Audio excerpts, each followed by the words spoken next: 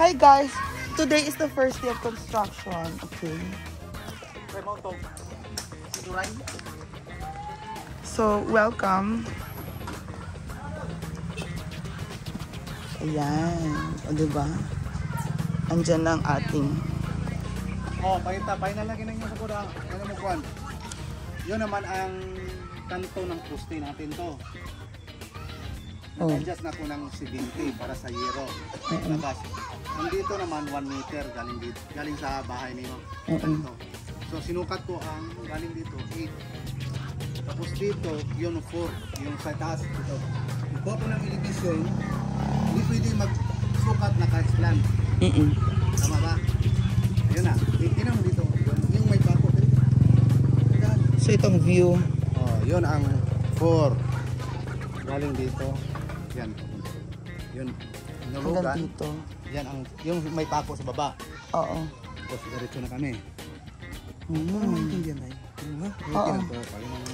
Ito na yung level niya. So 4, 10, 10 di ba? So 8, 1 meter. 1 meter sa labas. Pero mas sobra pa yun. Ito na yung buong ano. Oh, yun. Kung magpader tayo. Yun ang sidewalk mo sa takiliran ng bahay. Yeah. Doon pa rin. Papariya. Iwas naman itong bato. Oo. Hindi mo na nga naano yung bato eh. Tama naman. Okay naman yan. So ang tanong ko, saan ba ang banda ang CR? Dito. Dito? Oo. Yes. Andito. Yun ang hugasan. No. Pahaba. Pahaba. Yun ang pintuan. Ito CR, tas kitchen. Yung pintuan ng CR dito, banda. Para hindi makita mo sa... Nakita eh. Hindi sa kanan natin. Oh, yung pag may sahig mo. Sahig lang. Basta yung layout pahaba na ganyan. Halublock. Halublock mo sa pang CR. 1, 2, 3 CR dito. Gawin natin ng standard ng 120. Yan. Yan. Kung maiksi lang sa imo, dagdagan pa natin. Ah, sige. Ha? Pag-iap na lang ha. Una ko lang mga poste. Pag makita mo to. Ha? Wow. Wow. Oh, mga window. Ito katsinilas. Kasi bababa pa naman to eh. Pag bumaba ito. Yeah.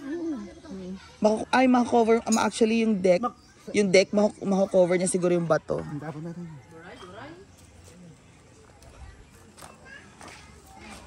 Kasi kung gagawin lang natin, magaan naman yung structure. Kakayanin naman. Basta magaan yung structure. Ilang kayo? 4, no? 4 yung ganito. 2 10. 10 na lahat. Size 10 yung boots. 17 o 7, 10. 10 sa kanila, 7 ang sa amin. Huh? Basta malalaki mga tiil. Oo nga, maliit tiil mo. Anong same tayo. Ikaw, same din. O, tama. Size 9. Ito, dito ang pana, dito ang poste. Yan, may pako to. Yun ang karap doon. So may poste pa din sa gitna. May gusto nimo, ayaw mo malog. Oo. May poste rin dito. 8, this is size na loy. 4, 8. Size na poste. Pero hindi naman, maiksi naman to sa lalim. Ito, ang poste to, katulad ang haba dito. Yun ang elevation sa sahig. Oo. Ha?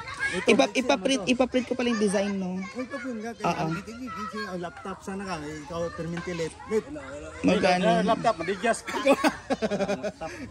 Nawala. Yan na, tama naman. Okay na kami. Ha? Kasi bahidan pa, lagyan pa namin sa gitna yung kanso, yung ilalim ng poste. So hindi ko makapididos kung galing dito sa baba, ilang haba ng poste. Tapos dugtong na naman sa itaas. Ito na actually yung flooring ng ano. Yung flooring. Yung 4x8. Tama. So mataas lang yung poste talaga dito. Dito maiksi lang, mga 1 feet. 1 feet yung lalabas, pero yung nasa ilalim. Pag dugtong 8 na yan. Ito lang foundation niya, mapatungan sa yung girder niya, ibali. Oo. So magpa-print ako, tapos yung mga boots nyo para safety yung mga paa. Tapos ano pa ba? Dito ang may-ari ng lupa. Hindi pa daw, ano ba, paputulan ba natin? Ay, oo nga. Oo, saan pa yung mga... Ito yung puno na ito. Sinso. Hindi pa makakalot kay napay. Kuan, anong sinso? Kaya nga eh. Ano, kuan na lang loy. Saman. Ano may sinso di gamay? Oo. Paano aakyatin niya ang puno na yan, tapos eto tanggalin to, hindi na. Okay lang to? Pero yung mga taas, wala naman na matataas, no? Kasi itong mga saging, aanuhin na rin siya, puhon. Kasi may bunga pa. Magbayad pa tayo, magpapaputo ng puno. Di siya akyat yung laking katawan. Mayroon naman Pero darating kasi yung chainsaw. Oo nga, tatalian yun. Oo. So, pwede kang kung sino akyat, magbayad ang akyat. 500, akyat. Tapos putulin niyaan. Kalahati lang, kalahati or tanan. 500 niya. Kalahati or tanan. Tanan na lang, tutubo rin yan. Tanan? Hindi, pag tinanggal mo tanan, hindi natutubo yung pag wala ng dahon. Hindi, paputulin. Tanan? Magawa na lang tayo ng ano. Yung sinabi mo na parang... Magamit pa yan niya sa ilalim. Pwede. Dito natin ilipat, no, na ano. Dito sila sa gitna. Mugani. Tas, basta lahat lalasunan. Sinso ka naman Lalasunan. Hindi pa dumating eh. Pero lalasunin naman lahat yan, di ba? 500 ang ibigay kang Kim, ha? Sige. Ang tanong ko, Oo. dyan na talaga yung ano. Yan, nakikita ko naman CR eh. Ilan yan? 1 meter ba yan? Hindi, yung apat na... Pero ito na yung boundary lahat. Lahat ng kinahuha mo, ito na yung boundary. Oo. Kasi ang dito, yung lupa mo nabili. Yan. Pwede mo adjust siguro ng pababa ng onte. Mawala ang ditong area mo. Mawala? Mawala. Hindi, viewed na lang siya actually, di ba? Tama naman yun, tama naman. Tama lang. Tama yun, tama. May exit na naman ng mga 70. Sa bagay, ang level... Sayero. Oh. Ang level nga nito, ito eh. Ito. Yung bahay na nila, oh. Pataas din eh. Oo. Mga kubo.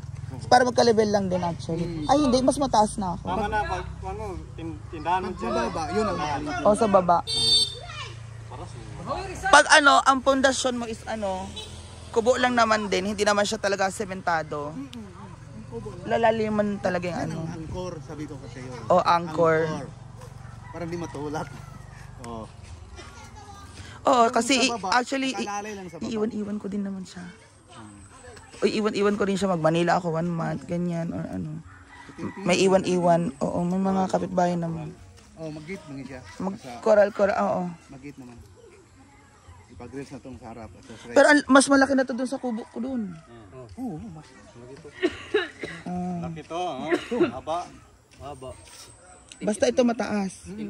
Yung sa ilalim natin yan. Kung sa ilalim, kukunin natin yung... Basta kayo magamit natin siya. Anak ko yun to, por. Apa isa kanina? Para yung mga kubo doon, no, semento din yung kanilang Oo, pundasyon. di ba? Paano aakyat ang anay kung may siminto? So ito, papuno itong patanggal tong puno tanan. Sabi ni Uncle Elmer. Tsaka ito din. Kanina. Pero yung buko sa taas. Buko? Kaya na yung buko. Dito malapit naman ito.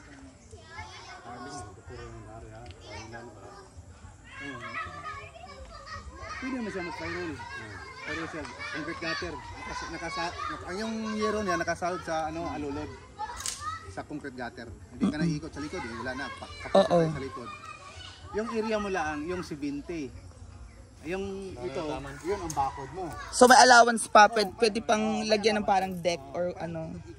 Paikot. Maganda yung pwedeng umikot sa buong ano. Tapos may coral naman eh.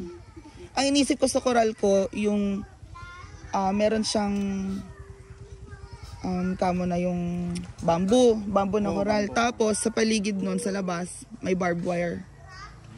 Di ba napaikot? Yan, pwede. Yun na yung coral. Ganun lang kasimple. Okay, so... Okay na ba to? Pwede na sila magkukay ng ha? Oh, doon na yung ano. Doon nila, oh. Sige. Tapos sa baba, Poso Negro dyan. Kasi may... Tinanong nila ni Kuan, ni Tintin, kung magkano bang bigay mo sa kukay ang lalim. Oo. Na 50. 50. Come on. Put na nimo? Patay yung PC. Itong saging. Lubid. Hindi pa kami mag-umpisa kung di pa maputol. Oh. Hindi naman pa yun. Oo. So, yun. Hukay-hukay muna kayo dito. Oh, dito mo kami mag-ugay sa bahay. Oh. Yung maghanap pa siya. Saan mo ilalagay Poso Negro? Dito or sa baba? Sa baba ang Poso Negro. Pero yung yung platform ng kitchen and oo. Makampat ito, low block. Anong black? Tapos yung PVC pa doon galing. Saka yung sa CR out sa na bagira. So na. So, bali itong linya na to. Yun ang linya ng bahay.